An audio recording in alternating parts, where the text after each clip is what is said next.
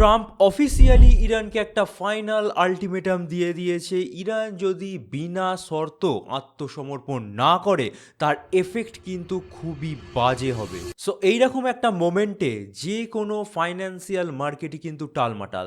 তার এফেক্ট বিটকয়েনের মধ্যে পড়ছে, তার পাশাপাশি বিটকয়েন যারা মাইন করে অর্থাৎ মাইনার্সদের মধ্যে এফেক্ট পড়ছে, কারণ খুব দ্রুত হারে তারা মাইন হওয়া বিটকয়েনগুলোকে বাজারে যে দামে পাচ্ছে বেচে দিচ্ছে, অর্থাৎ সাপ্লাই বেড়ে যাচ্ছে, ডিমান্ড কিন্তু কমই আছে। তার পাশাপাশি ব্ল্যাক রকের মতো বড় বড় ইনস্টিটিউশনসগুলো ক্যাশ উইথড্রলে কিন্তু একটা লিমিটেশন এনে দিয়েছে।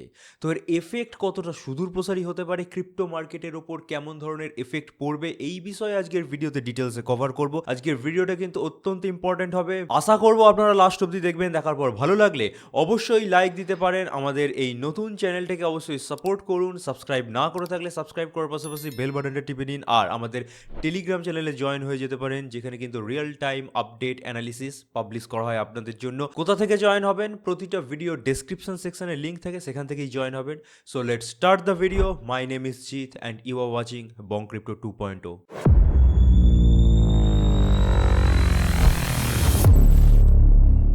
তো ফার্স্টে একটু ওয়ার রিলেটেড নিউজ দিয়ে শুরু করা যাক। ট্রাম্প ফাইনাল আলটিমেটাম দিয়ে দিয়েছে এবং এরপর ইরানের ওপর আরও বেশি করে আঘাত হানার কথা কিন্তু বলা হয়েছে। যে সমস্ত ফাইটার বম্বারগুলো হয়ে থাকে, ট্রাম্পের নির্দেশে তারা কিন্তু রেডি আছে, যে কোনো মুহূর্তে ইরানের ওপর কার্পেট বম্বিং হতে পারে। এবং এটা কিন্তু আজকের নিউজ, মেবি 2-1 ঘন্টা আগেই এসছে। এবার এই নিউজটা আসার কিছু সময়ের মধ্যে ইসরায়েল কিন্তু ইরানের অয়েল ডিপোজিটগুলো আছে সেখানে অলরেডি অ্যাটাক করা আরম্ভ করে দিয়েছে। এখানে দেখতে পাচ্ছেন Israel hit Tehran oil deposit. So অয়েলকে টার্গেট করা হয়েছে, অয়েল নিয়ে এই যুদ্ধ, এবং একটা কোল্ড ওয়ার যেটা ইউএস অ্যান্ড চায়নার মধ্যে চলছে, সেখানে কিন্তু একটা মেরুকরণের চেষ্টা করা হচ্ছে ওয়েস্ট কর্তৃক। সো বুঝতেই পারছেন, কোনো এক পক্ষ যতক্ষণ না নথি স্বীকার করে নিচ্ছে ততক্ষণ কিন্তু এই ওয়ার থামবে না, এবং এর এফেক্ট কিন্তু প্রত্যেককে পোয়াতে হবে।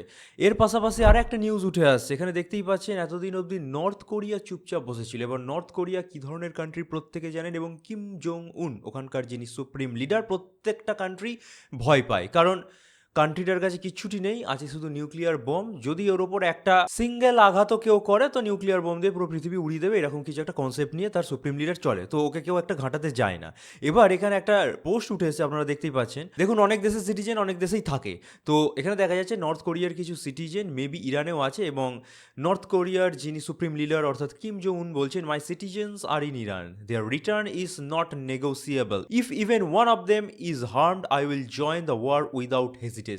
ঠিক আছে, অর্থাৎ নর্থ কোরিয়ার কোনো একটা সিঙ্গেল পার্সনের ওপর যদি কোনো রকম আঘাত আসে ইরানে থাকাকালীন অবস্থায়, তাহলে কিন্তু নর্থ কোরিয়া যুদ্ধে নেমে যাবে, এবং নর্থ কোরিয়া যুদ্ধে নেওয়া মানে নিউক্লিয়ার ওয়ার হবে, সেটা একদম স্বাভাবিক। এবার এই আর্টিকেলটা অনেক জায়গায় আপনারা দেখতে পাচ্ছেন, অনেকেই কিন্তু এই আর্টিকেলটাকে বাড়িয়ে চড়িয়ে অনেক কিছু এক্সপ্লেনেশন দিচ্ছে, বাট বলে রাখি এই আর্টিকেলটা পুরোপুরি ভুয়ো। কিম জং উনের তরফ থেকে এরকম কোনো বিবৃতি আসেনি। এটা মিম পেজগুলো হয়ে থাকে ফেসবুক বা টুইটারে, মিম পেজ যেগুলো হয়ে থাকে তারা এগুলো ক্রিয়েট করেছে। সো এগুলো নিয়ে বেশি মাথা ঘামাবেন না। তবে একটা যে নিউজ উঠে আসছে এখানে আপনারা দেখতেই পাচ্ছেন, ইসরায়েলের যিনি অ্যাম্বাসাডার আছেন কোন একটা কান্ট্রিতে, তিনি ডিক্লেয়ার করেছেন যে ইরানস আইসোলেশন উইথ অনলি নর্থ কোরিয়ার সাপোর্ট, অর্থাৎ ইরানের এই মুহূর্তে খুল্লাম খুল্লা কিন্তু কেউ সাপোর্ট করছে না। হ্যাঁ, হয়তো ভেতর দিক থেকে চায়না, রাশিয়া, ইন্ডিয়া সাপোর্ট করছে, বাট খুল্লাম খুল্লা কিন্তু নর্থ কোরিয়া সাপোর্ট করছে, এই একটা দিক উঠে আসছে।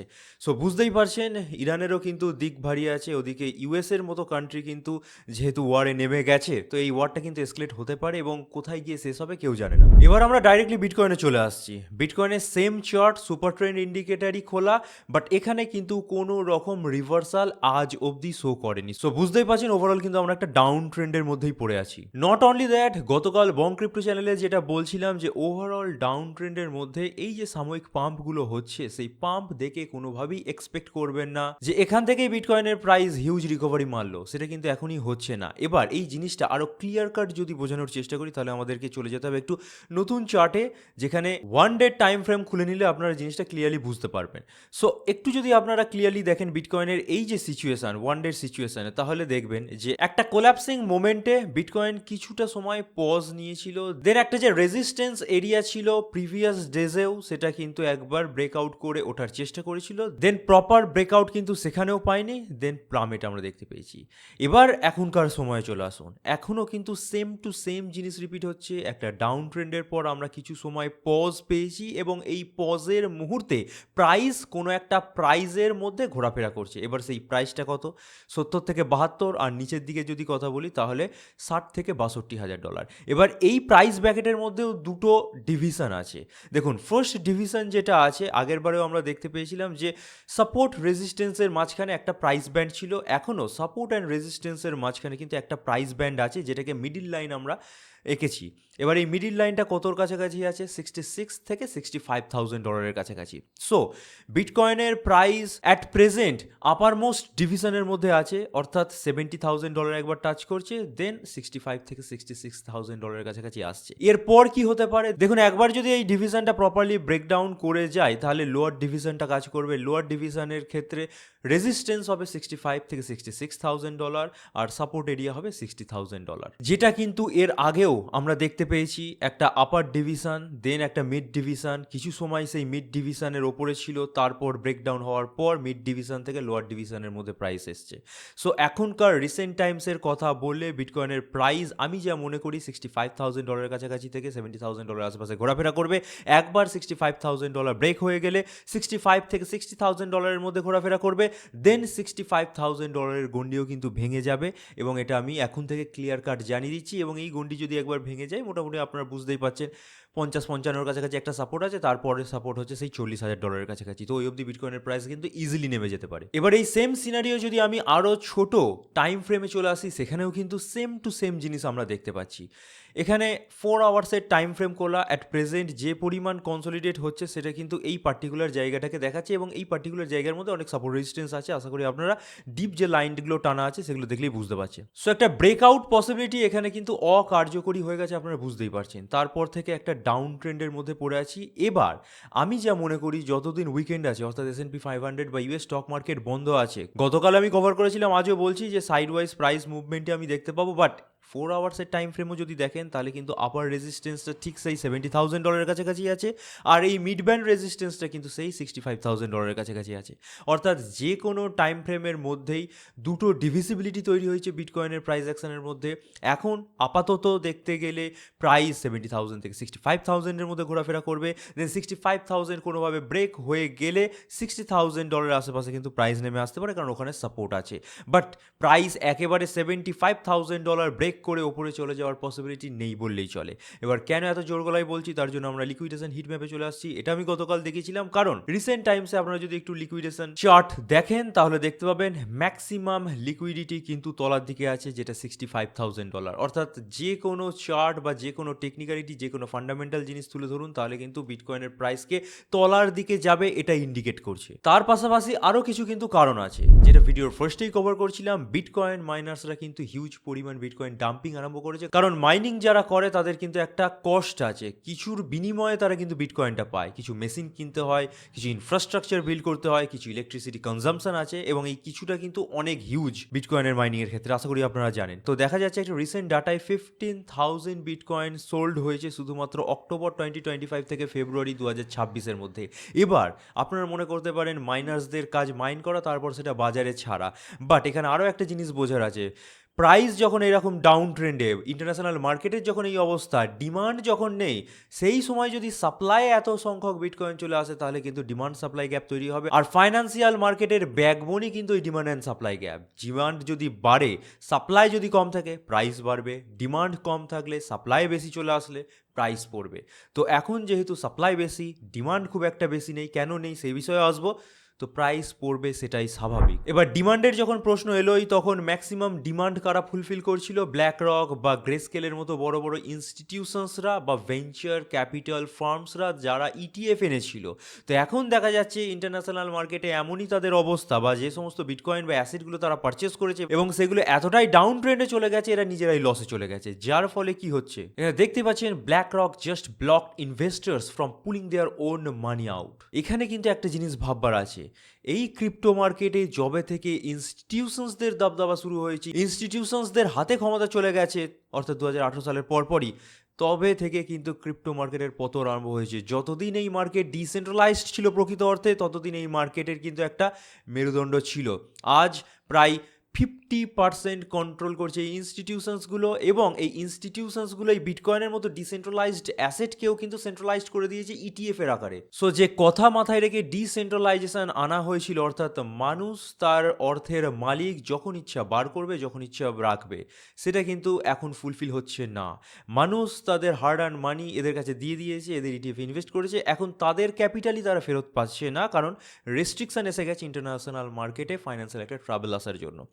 ডিসেন্ট্রালাইজেশনের ফিচার্স কিন্তু এটাই বলে যে তুমি কোথায় ইনভেস্ট করলে, তুমি কোথায় টাকা রাখলে, কিভাবে তুললে, সেটা কেউ জানবে না। বাট সেই জিনিসটাই যখন এখন এসে সেন্ট্রালাইজেশনের রং পেয়েছে গায়ে, তখন কিন্তু কোনো না কোনো জায়গায় গিয়ে ক্রিপ্টো মার্কেটের ব্যাকবোন ভেঙে গেছে। আপনারা নিজেরা এক্সাম্পল হিসেবে বুঝতে পারবেন যে যে কান্ট্রিতে আপনারা থাকেন, অনেক সময় ব্যাংক আপনাদের নিজেদের যে ডিপোজিট আছে, আপনাদের নিজেদের অ্যাকাউন্টে নিজেদের হার্ড আর্ন মানি, সেটা তোলাতেই রেস্ট্রিকশন এনে দেয়। তো সেই রকমই কিছু হয়েছে। যারা ট্রিলিয়ন্স অফ ডলার ম্যানেজ করে তারাই কিন্তু আজকে লসের শিকার, এবং সেগুলো কিন্তু বিয়ার করছে এদের ওপর যারা ইনভেস্ট করেছিল তারা, অর্থাৎ নর্মাল মানুষরা। সো ফাইন্যান্সিয়াল মার্কেট কতটা খারাপ থাকলে এরকম ধরনের পরিস্থিতি হতে পারে, আশা করি আপনারা ক্লিয়ার হয়ে গেছেন। বিটকয়েনে কি হতে পারে ক্লিয়ার হয়ে গেছেন। একটা নিউজ উঠে আসছে, কভার করা প্রয়োজন, তাই কভার করে দিচ্ছি। দুদিন আগেই বলছিলাম যে বিটকয়েনের যে অ্যালগোরিদম, সেটা কিছু বছরের মধ্যেই কোয়ান্টাম হ্যাকিং এর শিকার হয়ে যেতে পারে, কারণ কোয়ান্টাম টেকনোলজিটা এতটা দ্রুত হারে বিকশিত হচ্ছে। কোয়ান্টাম টেকনোলজি কিন্তু ইজিলি ব্লকচেন টেকনোলজিকে খেয়ে নিতে পারে। তো সেখানে কিন্তু ফার্স্ট অ্যাটাকটাই হবে যে সমস্ত ফরগটেন ওয়ালেটগুলো আছে বিটকয়েন বা অন্যান্য ক্রিপ্টোকারেন্সি, যেগুলোতে মিলিয়ন্স বা বিলিয়ন্স ডলার অফ ক্রিপ্টোকারেন্সি আছে, ভুলে গেছে কেউ কেউ পাসওয়ার্ড তার উপর, এবং সেগুলোকে চুরি করে নিয়ে মার্কেটে ইমিডিয়েটলি বেচার চেষ্টা করা হবে, যেটা হলে বিটকয়েনের প্রাইস অনেকটা প্লামেট করতে পারে। এই বিষয়ে তো বলেছিলাম। তো এর একটা বাইপাসিং মেথড হিসেবে অনেকে বলছে যে মেন সাতোশি নাকামোটোর কাছেই কয়েক মিলিয়ন বিটকয়েন আছে, তো তার ওয়ালেট এ বাদেও কিছু কিছু পার্সোনালিটির ওয়ালেট আছে যারা ভুলে গেছে, দিনের পর দিন ফেলে রেখেছে, সেখান থেকে না বেরোচ্ছে না ঢুকছে, অর্থাৎ ওই ওয়ালেটগুলোকে ফরগটেন ওয়ালেট বা তাদের মালিকরা মারা গেছে এরকম কিছু চিহ্নিত করে সেই সমস্ত ওয়ালেটের জন্য একটা বিটকয়েনের হার্ড ফর্ক করা প্রয়োজন। একজন বিটকয়েনের কো ডেভেলপার কিন্তু সাজেস্ট করেছে হার্ড ফর্ক করলে কি হবে, সেই সমস্ত ওয়ালেটগুলো যেগুলো পড়ে আছে সেগুলোকে কিন্তু ফ্রিজ করে দেওয়া হবে। পরবর্তীকালে কোয়ান্টাম টেকনোলজি যতই বিকশিত হোক না কেন, ফ্রিজিং ওয়ালেট থেকে বিটকয়েন চুরিও করতে পারবে না, মার্কেটে সেগুলোকে সাপ্লাইও আনতে পারবে না। বাট এখানে একটা জিনিস ভাববার, এই সমস্ত জিনিসগুলো কিন্তু প্রপোজড আছে, আদৌ হার্ড ফর্ক হবে কি না, সেই ডিসিশন পাবে কি না, তার কোনো রকম পাত্তা নেই। বাট এদিকে কোয়ান্টাম টেকনোলজি কিন্তু খুব দ্রুত হারে বিকশিত হচ্ছে। সো খুব তাড়াতাড়ি এর ওপর যদি অ্যাকশন না নেওয়া হয়, কেউ না কেউ কোনো না কোনো কান্ট্রি থেকে, বিশেষ করে নর্থ কোরিয়ার মতো কান্ট্রি কিন্তু সুযোগ পেলেই হ্যাকিং করবে এবং সেই ক্রিপ্টোগুলোকে তৎক্ষণাৎ মার্কেট প্রাইসে সেল করে দিতে পারে।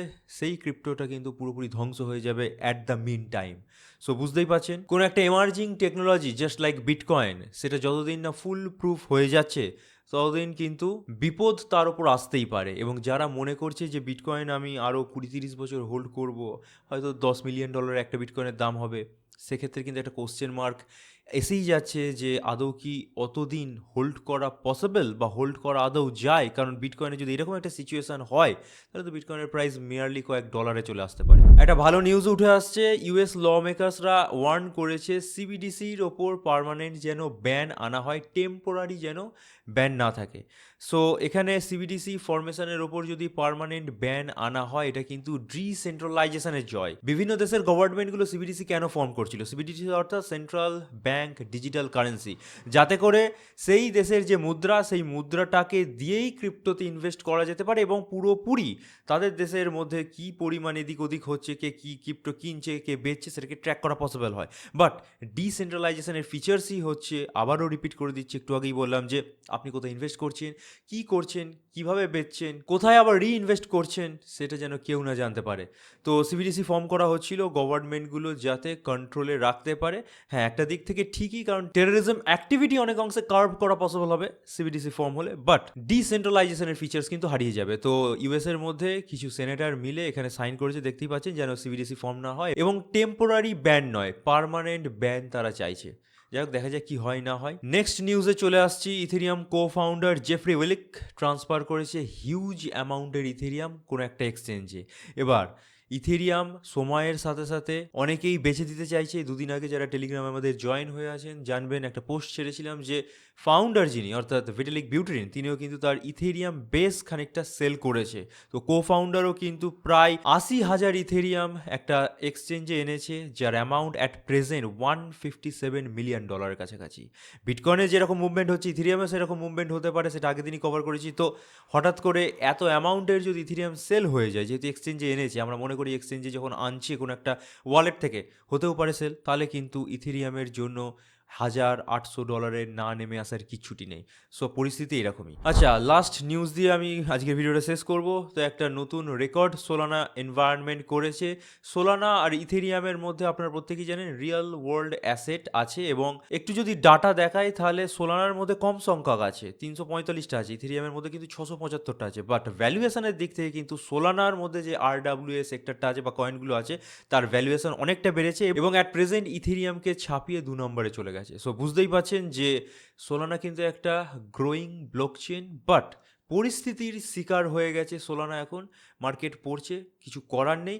But in future maybe Solana একটা টপ পারফর্মিং অ্যাসেট হয়ে উঠবে। তার পাশাপাশি সোলানা এনভায়রনমেন্টে যে কটা ভালো কয়েন কাজ করছে সেগুলো কিন্তু ভালো রিটার্ন দিতে পারে। আর সেই জায়গাতেই দাঁড়িয়ে ইথেরিয়াম কিন্তু এখনও স্কেলেবিলিটির প্রবলেমের সলিউশন আনতে পারেনি। ভারী ব্লকচেন হয়ে যাচ্ছে, জাস্ট লাইক বিটকয়েনের মতো। সো এই জিনিসটার ইথেরিয়াম যতদিন না সলিউশন আনতে পারছে, সোলানাকে কিন্তু প্রপার ওয়েতে টক্কর দিতে পারবে না। এই বলে আজকে ভিডিওটা শেষ করলাম। যে কটা জিনিস বললাম আশা করি ক্লিয়ারলি আপনারা বুঝতে পেরেছেন। ভিডিওটা ভালো লাগলে অবশ্যই লাইক দিয়ে মোটিভেট করতে পারেন। এই চ্যানেলটিকে অবশ্যই সাপোর্ট করুন। নতুন চ্যানেল বংক্রিপ্টো 2.0, সাবস্ক্রাইব করে না থাকলে অবশ্যই সাবস্ক্রাইব করার পাশাপাশি বেল বাটনটা টিপে দিন। আর আমাদের টেলিগ্রাম চ্যানেলে আবারও বলছি জয়েন হয়ে যান। So this is it for today. Thank you for watching our video. Stay safe, happy investing, good by.